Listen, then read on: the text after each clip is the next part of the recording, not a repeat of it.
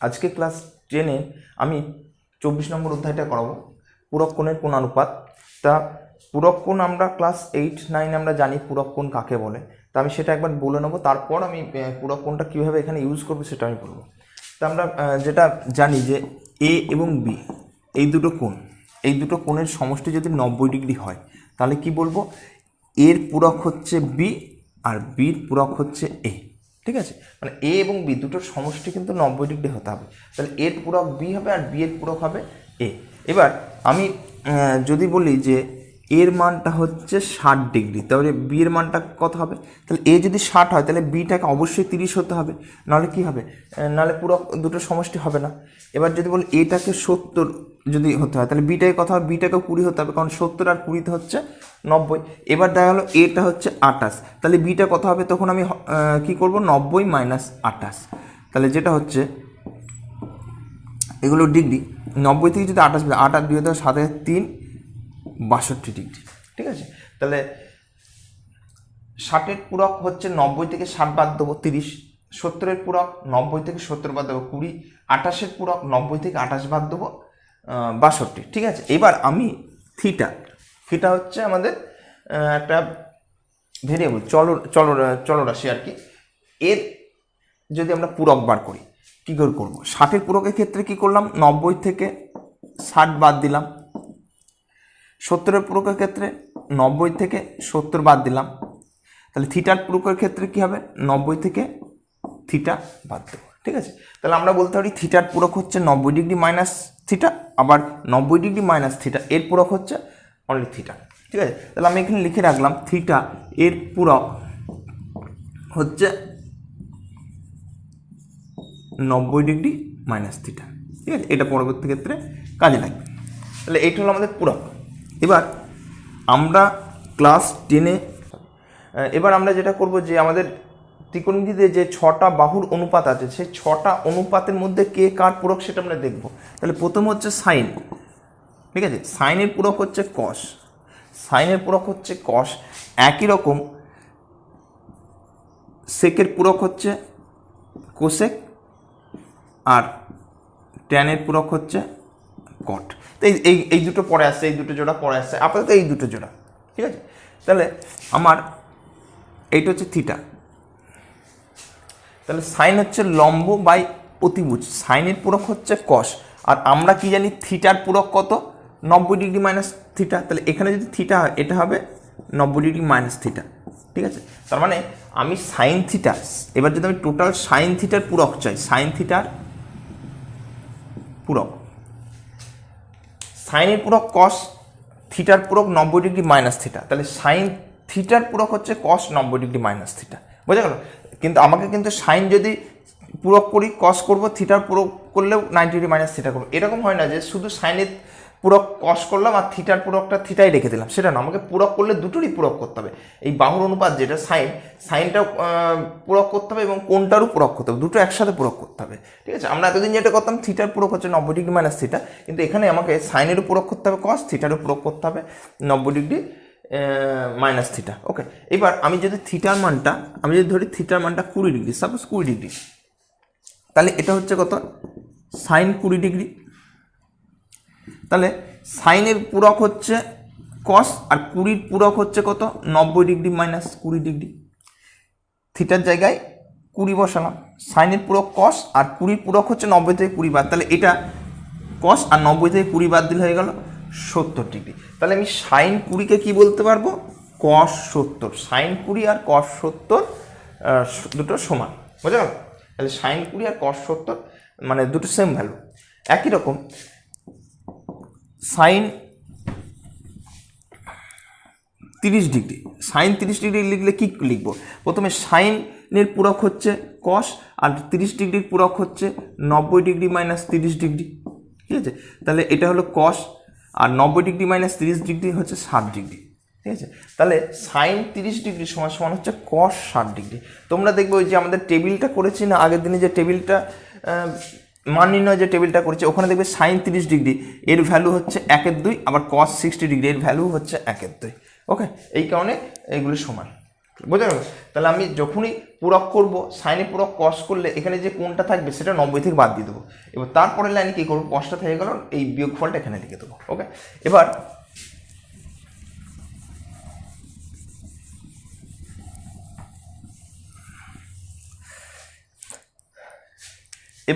পরেরটা যেটা হচ্ছে সেক। সেকের পূরক হচ্ছে কোসেক, আর থিটার পূরক হচ্ছে 90 ডিগ্রি মাইনাস থিটা, একই ব্যাপার। আবার থিটাকে যদি আমরা 10 ডিগ্রি নিই তাহলে কী হবে, সেক 10 ডিগ্রি সমান হচ্ছে কোসেক। সেকের পূরক কোসেক আর 10-এর পূরক হচ্ছে 90 ডিগ্রি মাইনাস 10 ডিগ্রি, তাহলে কত হলো, কোসেক 90 থেকে 10 বাদ দিলে হলো 80 ডিগ্রি। তাহলে সেক 10ও যা, কোসেক 80ও তাই। ঠিক আছে, একই রকম ট্যান 60 ডিগ্রি সমান কত, ট্যান 60 ডিগ্রি সমান, ট্যানের পূরক হচ্ছে কট। তাহলে এটা আমরা কি লিখতে পারবো, ট্যানের পূরক হচ্ছে কট আর 60-এর পূরক হচ্ছে 90 ডিগ্রি মাইনাস 60 ডিগ্রি সমান সমান কট। 90 থেকে যদি 60 বাদ দিই তাহলে হচ্ছে 30 ডিগ্রি। ঠিক আছে, তোমরা যদি মনে করো আমি এই লাইনটা লিখবো না, মাঝের লাইনটা এটা লিখবো না, তাও ট্যানের পূরক কট আর 60-এর পূরক ডাইরেক্ট, তাহলে আমাদের মুখে অন্য জায়গায় কোণ নিতে হবে, 90 থেকে 60 বাদ দিলে যেটা হবে সেটা ডাইরেক্ট এখান থেকে লেখা যায়। এটার পূরক এটা লিখবো, এটার পূরক এটা লিখবো, তাহলে এখান থেকে এই লাইনটা না করলেও সেক্ষেত্রে অসুবিধা নেই। ওকে, এবার আমি এখানে একদম অঙ্কে ঢুকে যাই, 24 নম্বর অধ্যায়ে যেটা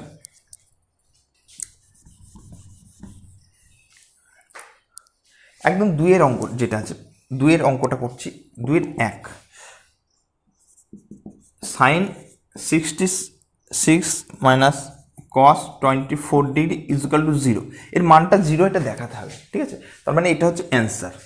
তাহলে এটা থেকে এটার মানটা বের করতে হবে, এটা থেকে এটা বাদ দিয়ে যে ভ্যালুটা হবে সেটা বের করতে হবে।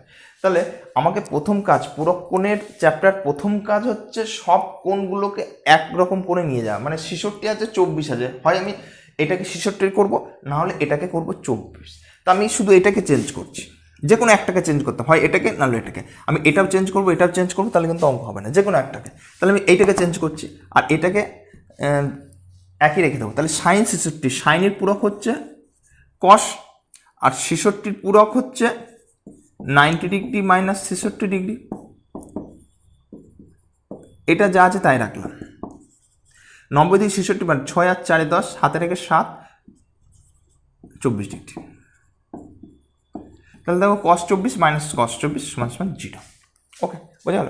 তার মধ্যে পূরক কোণের অঙ্কে আমাদের সবসময় আমাদের দেখতে হবে কয় ধরনের পূরক কোণ আছে, সেইগুলো এক টাইপে নিয়ে আসতে হবে। যদি দেখা যাচ্ছে 66 24, তাহলে হয় 66 নিয়ে আসো, নাহলে 24 নিয়ে আসো।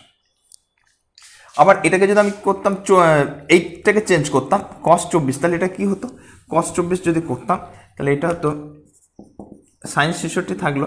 এবার কসটাকে যদি চেঞ্জ করতাম এটা হতো sine 90 degree minus 24 degree. Okay, তাহলে সেক্ষেত্রে হতো sine 66 degree minus sine 6 60 degree, তাও একই ব্যাপার, যে কোনো একটাকে চেঞ্জ করলেই হবে। ওকে,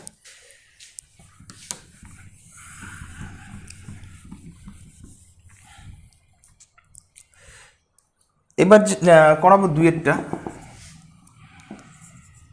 কস square 57 degree plus cos square 33 degree equal to 1, এটা প্রমাণ করতে হবে। এর ভ্যালুটা হচ্ছে 1, তাহলে এখানে 57 33 যে কোনো একটা চেঞ্জ করবো, হয় 57 চেঞ্জ করবো, না হলে 33। তাই প্রথমে যেটা আছে এটাকেই চেঞ্জ করি। কস 57 মানে হচ্ছে সাইন 90 ডিগ্রি মাইনাস 57 ডিগ্রি। কসের পূরক সাইন, 57 পূরক 90 ডিগ্রি মাইনাস 57, এটা যেহেতু স্কোয়ার আছে এটা আমরা স্কোয়ার দিয়ে দিলাম। তাহলে এটা হলো, এটা লিখে নিই, কস স্কোয়ার 33 ডিগ্রি। তাহলে সাইন স্কোয়ার এটা হচ্ছে 33 degree plus cos square 33 degree. তাহলে এটা হলো sine square 33 plus cos square 33। তাহলে আমরা জানি কি, আমরা জানি sine square theta plus cos square theta equal to 1। থিটার জায়গায় এখানে কি আছে, 33 আছে, তাহলে এটার ভ্যালু কত হবে, sign square 33 plus cos square 33। এইখানে আর এখানে যদি কোনটা সেম থাকে তাহলে সেই ভ্যালুটা হবে 1, কারণ sine square plus cos square equal to 1। Okay, প্রমাণ হয়ে গেল, একদম সহজ অঙ্ক।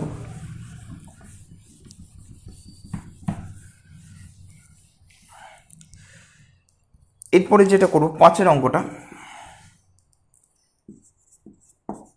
কোসেক 70 সাইন 20 কস 20 কোসেক 70 ডিগ্রি, এর মান 2। এটা দেখাতে হবে, এর মানটা হচ্ছে 2। সাইন 70 সাইন 20 কস 20 কোসেক 70।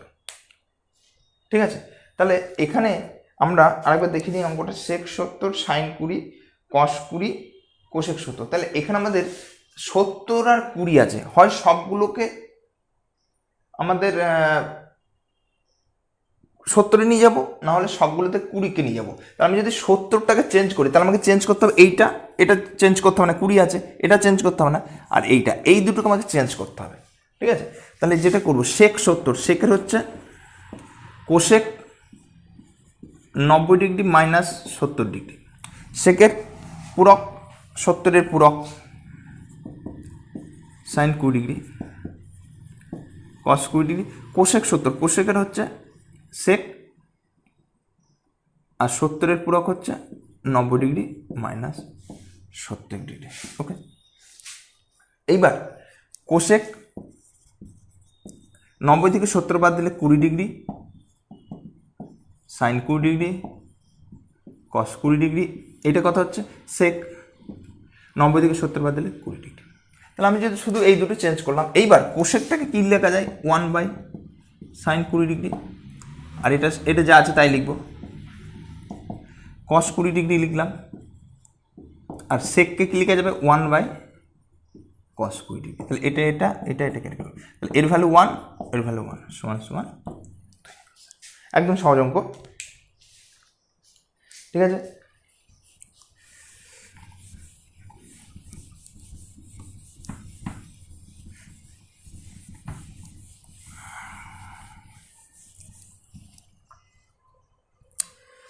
তিনের 1 বলেছে আলফা ও বিটা কোন দুটি পরস্পর পূরক কোণ। তার মানে কি আলফা ও বিটা কোন দুটি পরস্পর পূরক, এর মানে হচ্ছে আলফা প্লাস বিটা কত, আলফা প্লাস বিটা হচ্ছে 90 ডিগ্রি। পূরক কোণ মানেই সেই দুটোর যোগফল হচ্ছে 90 ডিগ্রি। এবার প্রমাণ করতে হবে প্রথমেরটা, sine square alpha plus sine square beta is equal to 1, এই দুটোর value sine square alpha plus sine square beta এই দুটোর যোগফলের ভ্যালু হচ্ছে 1। ঠিক আছে, তাহলে সাইন স্কোয়ার আলফা বিটা আমার দুরকম কোণ আছে, যে কোনো একরকম কোণ আনবো, হয় আলফাটাকে চেঞ্জ করে বিটা করবো, নাহলে বিটাটাকে চেঞ্জ করে আলফা করবো। তো আমি আলফাটা থাক, আমি বিটাটা চেঞ্জ করছি। ঠিক আছে, কোনো অসুবিধা নেই, আমি এটাও চেঞ্জ করতে পারি, একই উত্তর আসবে। সাইন স্কোয়ার আলফা, সাইনের পূরক হচ্ছে কস, আর বিটার পূরক হচ্ছে 90 ডিগ্রি মাইনাস বিটা, এটা স্কোয়ার আছে বলে আমি স্কোয়ার দিলাম। দেখো এটা যা আছে তাই, সাইনের পূরক কস আর বিটার পূরক 90 ডিগ্রি মাইনাস বিটা, স্কোয়ার আছে। পরের লাইনে যেটা করব সাইন স্কোয়ার আলফা প্লাস, দেখো এখানে কি লেখা যাবে, এখান থেকে আলফা সমান সমান কি লেখা যাবে 90 ডিগ্রি মাইনাস বিটা, বিটা যদি এইদিকে চলে আসে আলফা সমান সমান 90 ডিগ্রি মাইনাস বিটা, তাহলে 90 ডিগ্রি মাইনাস বিটার জায়গায় কি লিখবো আলফা, তাহলে কস স্কোয়ার। তাহলে এটা আমরা কি জানি sine square plus cos square সমান সমান 1, তাহলে এটা প্রমাণ হয়ে গেল। ঠিক আছে, একদম ইজি চ্যাপ্টার।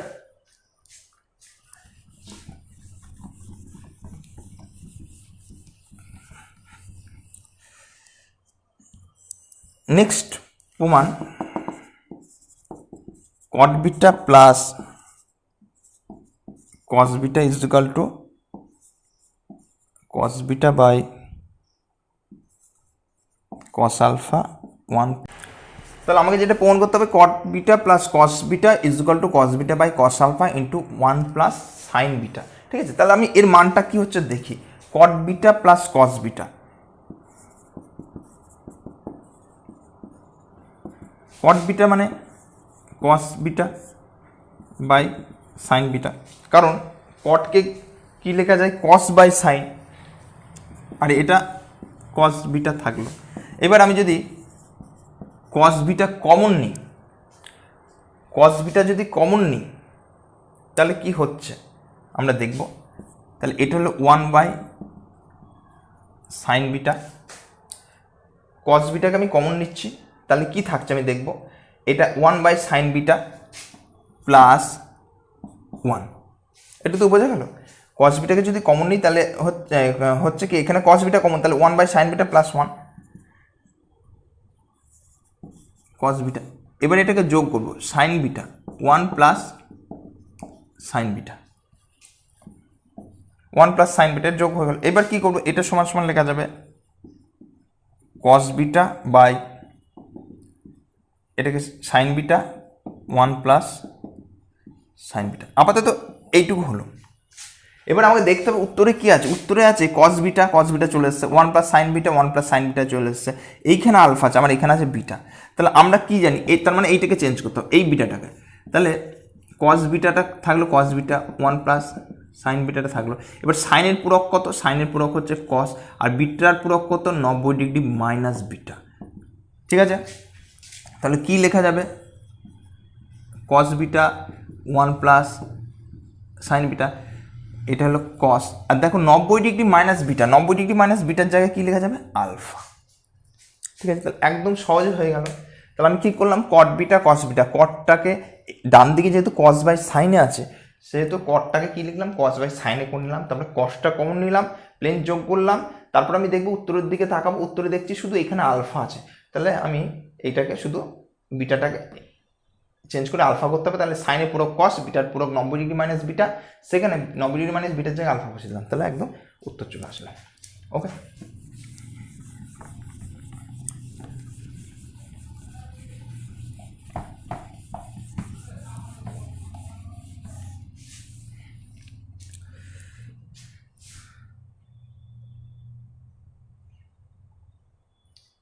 এইবার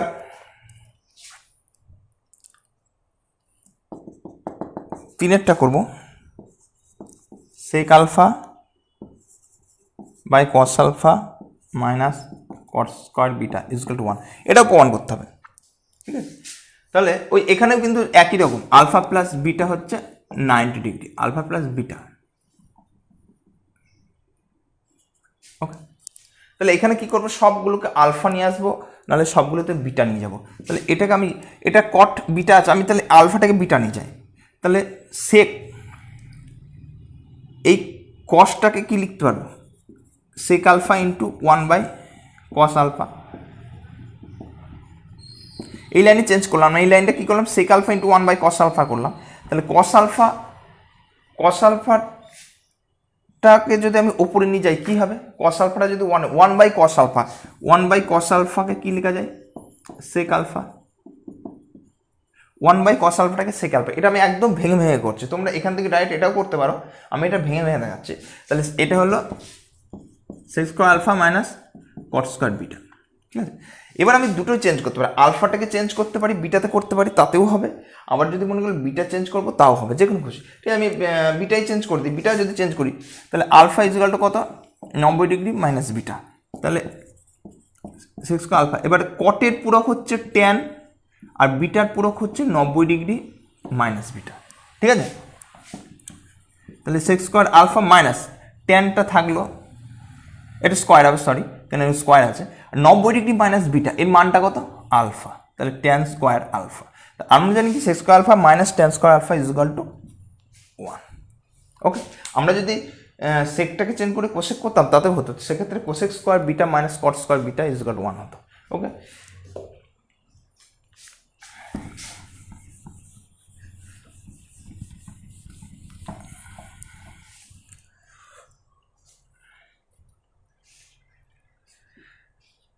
আমি আজকে